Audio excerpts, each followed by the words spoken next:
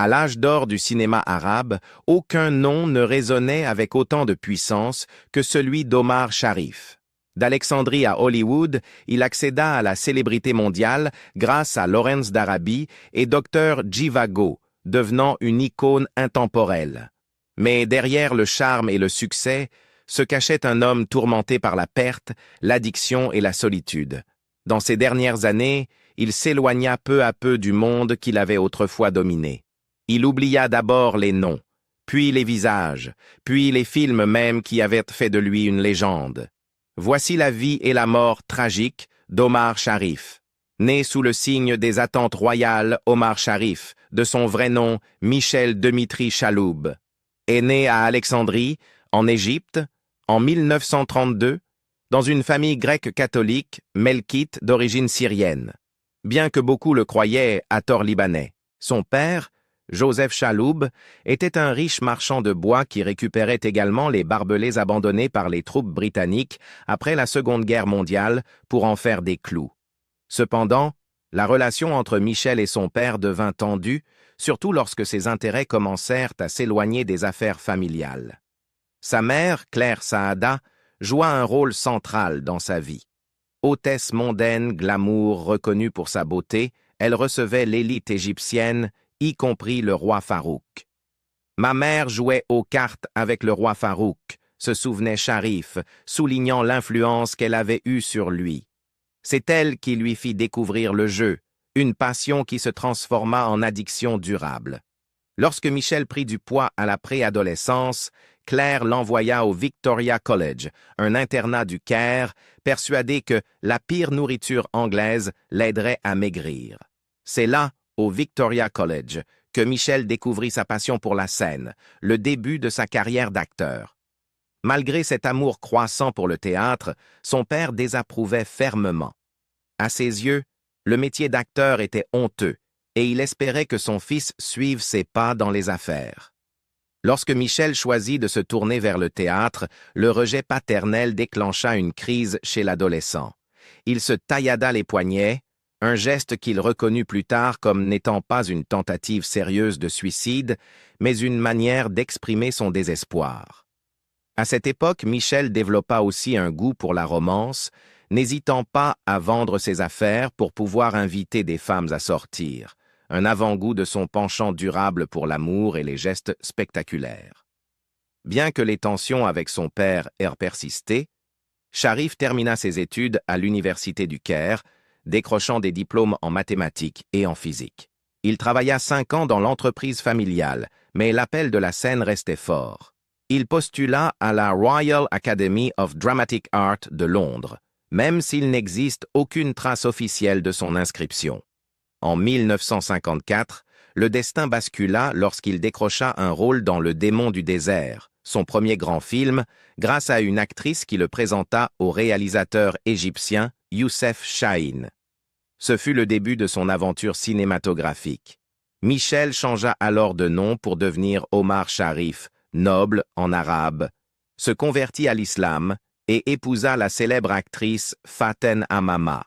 Sa carrière d'acteur prit son envol, tandis que les rêves de son père de le voir homme d'affaires s'évanouirent. Sharif avait pleinement embrassé sa nouvelle vie sous les projecteurs, marquant le début de sa renommée internationale. De l'idole égyptienne à la légende hollywoodienne. L'ascension d'Omar Sharif vers la célébrité internationale ne commença pas à Hollywood, mais durant l'âge d'or du cinéma égyptien. Après ses débuts en 1954, il devint rapidement un premier rôle incontournable, apparaissant dans des films locaux et internationaux tels que Le Démon du désert, Nos plus beaux jours ou encore Goa, où il donna la réplique à une jeune Claudia Cardinal. Au début des années 1960, Sharif avait déjà consolidé son statut d'icône culturelle, salué pour ses rôles élégants et émotionnellement complexes dans des films comme Une rumeur d'amour ou Lutte sur le Nil. Sa chimie à l'écran avec sa femme Faten Hamama renforçait son image publique, reflet fidèle de leur histoire d'amour dans la vie réelle. Cependant, c'est Lawrence d'Arabie qui propulsa Sharif au rang de star mondiale. David Lean, à la recherche d'un shérif Ali après plusieurs refus d'acteurs, prit le pari de confier le rôle à cet acteur égyptien encore inconnu. Le résultat devint légendaire. Son entrée iconique à dos de chameau à travers le désert est aujourd'hui considérée comme l'une des plus mémorables de l'histoire du cinéma. Son interprétation lui valut une nomination aux Oscars et 2 Golden Globes, faisant de lui une vedette internationale. Grâce à son multilinguisme et à son charme cosmopolite, Sharif s'imposa comme le foreigner idéal d'Hollywood, capable d'incarner des personnages d'origines diverses avec une aisance naturelle. Il enchaîna les rôles prestigieux dans des films comme La chute de l'Empire romain ou Et vint le jour de la vengeance, impressionnant les critiques par sa capacité à passer d'un guerrier du désert à un prêtre humble. Sa performance dans Dr Zhivago marqua un autre sommet dans sa carrière. Alors qu'il espérait initialement un rôle secondaire, David Lean lui offrit finalement le premier rôle, celui de Yuri Zhivago. Le film connut un immense succès au box-office et devint une œuvre culte, avec un Sharif inoubliable dans le rôle du poète torturé, ce qui le rendit encore plus populaire auprès du public. Il tourna également dans Funny Girl, aux côtés de Barbra Streisand. Leur alchimie suscita l'admiration, mais aussi la polémique, notamment en Égypte en raison des positions pro-israéliennes de Streisand. Malgré ses triomphes, la fin des années 1960 et les années 70 furent marquées par plusieurs échecs commerciaux. Sharif admit sans détour que sa carrière avait souffert à cause de films médiocres, choisis principalement pour financer son train de vie somptueux. Pourtant, il continua de briller dans des œuvres comme La graine du tamaris ou Le Casse, ce dernier rencontrant un grand succès en France. Dans les années 1980 et 1990, Sharif se tourna vers la télévision et le cinéma européen, prêtant son charisme à des rôles plus modestes dans des drames historiques et des documentaires. Même si ses apparitions se firent plus rares, sa légende, elle, ne cessa de grandir. Il restait une présence magnétique à l'écran. La carrière de Sharif fut faite de haut et de bas, mais à travers tout cela, il est devenu le symbole de ce que le cinéma peut accomplir lorsqu'il trouve un talent exceptionnel. Des déserts d'Arabie aux steppes glacées de Russie, l'héritage d'Omar Sharif est celui de personnages inoubliables, d'un charme irrésistible et d'un rayonnement mondial. Il n'était pas seulement un acteur, il était une icône intemporelle. Un amour perdu, jamais remplacé. La vie amoureuse d'Omar Sharif fut marquée par la passion, le chagrin et une solitude durable. Malgré sa célébrité et son charme, il n'a véritablement aimé qu'une seule femme, son ex-épouse, Faten Hamama. Il ne s'est jamais remarié après leur divorce. Avant de devenir une icône internationale, la vie d'Omar Sharif bascula à jamais sur le tournage d'un film égyptien de 1954, Le soleil brûle. À seulement 22 ans, il y incarne un jeune ingénieur éperdument amoureux de la fille d'un pacha. Ce rôle allait le propulser vers la célébrité, mais surtout, il allait lui faire rencontrer la femme qui marquerait son cœur à jamais. Faten Hamama. Elle était déjà une star. La coqueluche du cinéma égyptien, souvent décrite comme la Shirley Temple de l'Égypte, avec sa beauté sereine et sa grâce impeccable. Connue pour ses limites strictes à l'écran, notamment son refus de toute scène de baiser, Faten fit une exception étonnante pour Omar. Leur alchimie était évidente. Lorsqu'elle l'embrassa pour la première fois devant la caméra, le public fut captivé. Mais ce que personne ne savait, c'est que ce n'était pas du jeu. Ce baiser bouleversa leur vie. Dans la réalité, la passion née à l'écran se transforma rapidement en amour. Mais un obstacle de taille se dressait entre eux. La religion. Omar, né Michel Demitri Chaloub, était catholique grec. Faten, elle, était une musulmane pratiquante. Dans un geste spectaculaire de dévotion, Omar changea non seulement de nom pour devenir Omar Sharif, mais se convertit aussi à l'islam. « Je l'ai fait pour elle », avouera-t-il plus tard. Ils se marièrent en 1955, formant le couple doré de l'Égypte. Mais l'amour, même sincère et ardent, ne suffit pas toujours. Faten était élégante, discrète et entièrement tournée vers son art. Omar, lui, était impulsif, agité et de plus en plus attiré par les feux de la rampe. À mesure que sa notoriété internationale grandissait, la distance entre eux s'élargissait. Nous étions trop différents, se souviendra-t-il des années plus tard. Elle aimait la tranquillité. Moi, j'avais besoin de stimulation. Je me lassais vite. Leur fils Tarek naquit en 1957, et pendant un temps, il sembla que la famille pourrait tenir bon. Mais Hollywood avait d'autres projets pour Omar. En 1960, le réalisateur britannique David Lean le repéra. « Je ne saurais jamais ce qu'aurait été ma vie si Lawrence d'Arabie n'avait pas été tournée », confia Omar. « Qui serais-je devenu? J'aurais peut-être eu 10 enfants, une femme très grosse, et je serais gros moi aussi. » Au lieu de cela, Lawrence d'Arabie le lança dans une célébrité mondiale et dans une spirale de tentation. Il se lia d'amitié avec son partenaire à l'écran, Peter O'Toole. Pendant le tournage, les deux hommes firent la fête à Beyrouth, bains remplis de champagne, nuits blanches à courir les femmes dans les clubs de la ville. Omar était toujours marié à Faten, mais la fidélité devint peu à peu un concept lointain. « On buvait sans s'arrêter pendant 48 heures, avoua-t-il. On chassait les filles dans chaque bar, chaque boîte de nuit. La vérité, c'est que leur mariage n'avait aucune chance. Même si Faten aurait eu toutes les raisons de partir, c'est Omar qui demanda finalement le divorce. Il disait le faire par respect. « J'ai mis fin à mon mariage parce que j'avais peur qu'une idiote à gros seins me mette le grappin dessus », déclara-t-il un jour à moitié en plaisantant. « Je ne voulais pas la quitter plus tard, quand elle n'aurait plus la possibilité de refaire sa vie. Elle vieillissait. Alors je lui ai dit. Et étrangement, cela fonctionna. Faten se remaria et mena une vie heureuse avec son nouveau mari. Omar, lui, ne retrouva jamais cette paix. « Je ne suis jamais retombé amoureux, » confia-t-il. « Je ne me suis jamais remarié. Je n'ai jamais vécu avec une femme.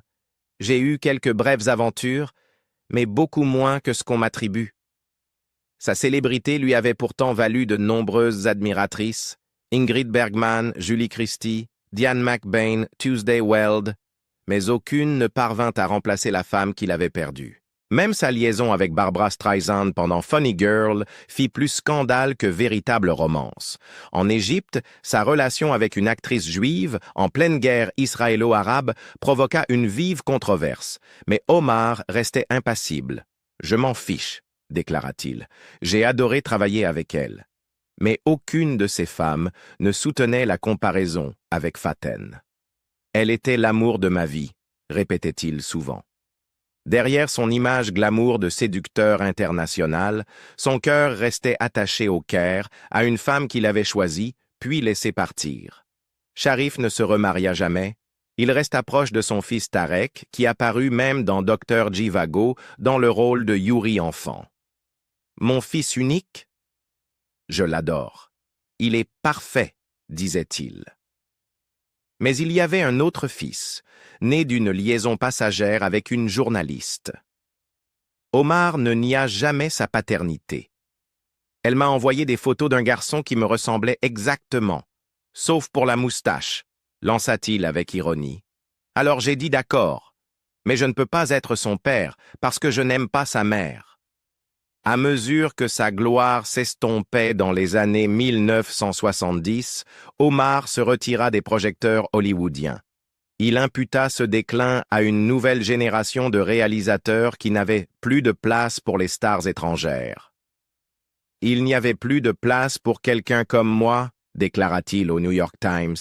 En 2003, il adopta une nouvelle philosophie. « Je veux garder un peu de dignité dans ma vieillesse. Je vis chaque moment comme si c'était le dernier. Je ne pense pas à ce que j'ai fait hier, ni à ce que je ferai demain. » Malgré les aventures, la gloire internationale, les nuits folles à Beyrouth, c'est toujours Faten Hamama qui hantait son cœur. Il ne l'oublia jamais, ne la remplaça jamais et ne se pardonna peut-être jamais de l'avoir perdue. La vie amoureuse d'Omar Sharif n'était pas un conte de fées.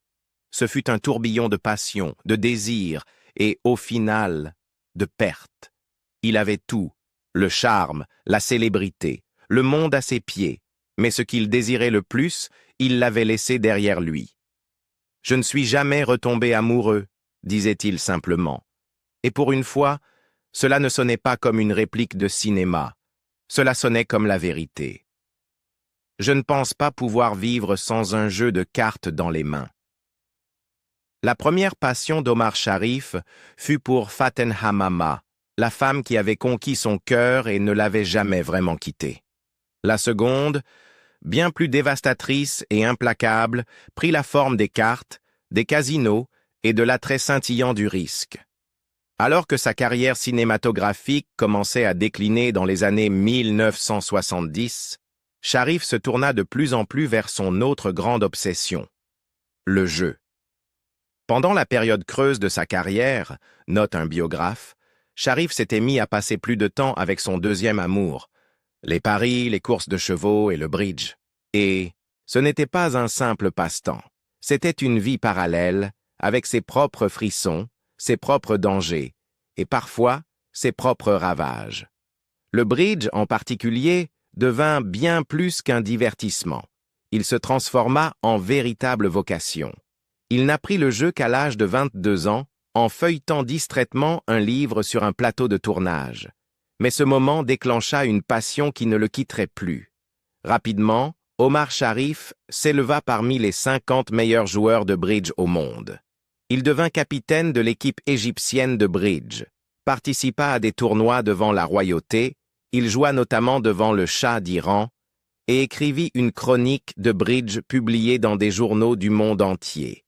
Il écrivit même des livres sur le sujet, dont un intitulé « La vie d'Omar Sharif au bridge », ainsi qu'une autobiographie « Le mal éternel », où il explorait à la fois sa célébrité et ses penchants plus sombres.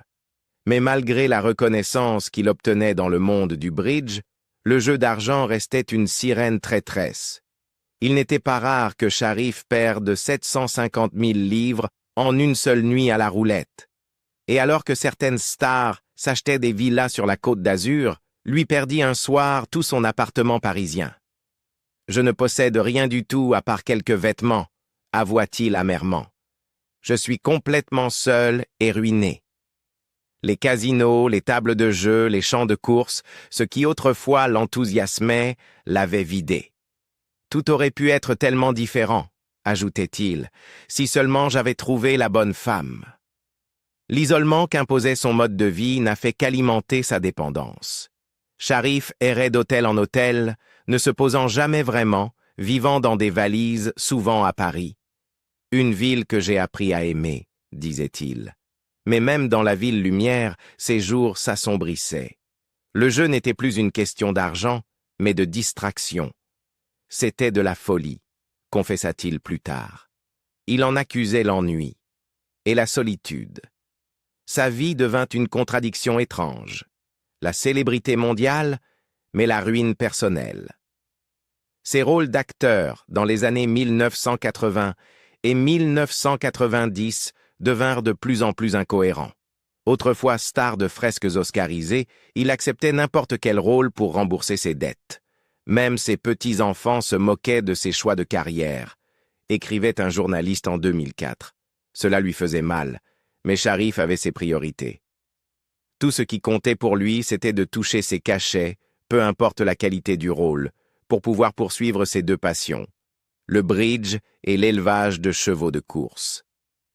Dans un moment révélateur sur Desert Island Discs de la BBC, on lui demanda quel luxe il emporterait s'il était coincé sur une île déserte. Sans hésitation, il répondit « Je ne pense pas pouvoir vivre sans un jeu de cartes entre les mains. » Mais cette passion avait un prix. En 2003, après avoir perdu plus de 20 000 livres au casino d'Enghien-les-Bains, près de Paris, Sharif perdit le contrôle et asséna un coup de tête à un policier dans un accès de colère. L'incident lui valut une peine de prison avec sursis, et le scandale ne fit que renforcer l'impression d'une spirale descendante qu'il ne parvenait plus à enrayer. Malgré tout, quelques lueurs de tendresse subsistaient.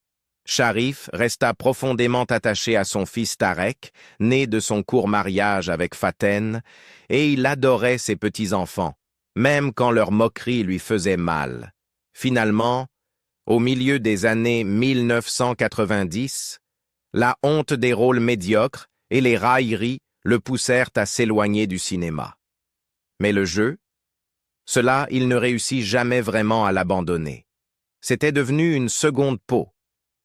À la fin de sa vie, Omar Sharif n'était plus le séducteur irrésistible du grand écran, ni même le champion de bridge, salué par la presse. Il était un homme usé par les pertes, financières, affectives, personnelles. Son charme n'avait jamais complètement disparu, mais derrière lui se cachait une agitation qu'il n'avait jamais su apaiser. Il avait commencé à perdre le fil de son héritage. Omar Sharif a mené une vie empreinte de charme, de romantisme et de gloire. Mais derrière l'éclat de sa célébrité se cachait une réalité bien plus complexe et douloureuse. Une vie qui, dans ces dernières années, s'est effilochée dans la tragédie, la solitude et la perte de soi. Dans les années 1990, la santé de Sharif commença à refléter le poids de décennies passées à courir après l'excès. Connu pour son allure élégante et son magnétisme naturel, il l'était tout autant dans les cercles privés. Pour ses vices, il fumait jusqu'à 50 cigarettes par jour, buvait abondamment et son addiction au jeu lui coûta une fortune. Et peut-être, au bout du compte, sa paix intérieure. Lorsqu'il consulta le célèbre chirurgien cardiaque Magdi Yacoub en 1993, le diagnostic fut sans appel. Sharif fut immédiatement conduit en chirurgie pour un pontage coronarien. Allongé sur le brancard en attente de l'opération, Sharif connut un moment de lucidité.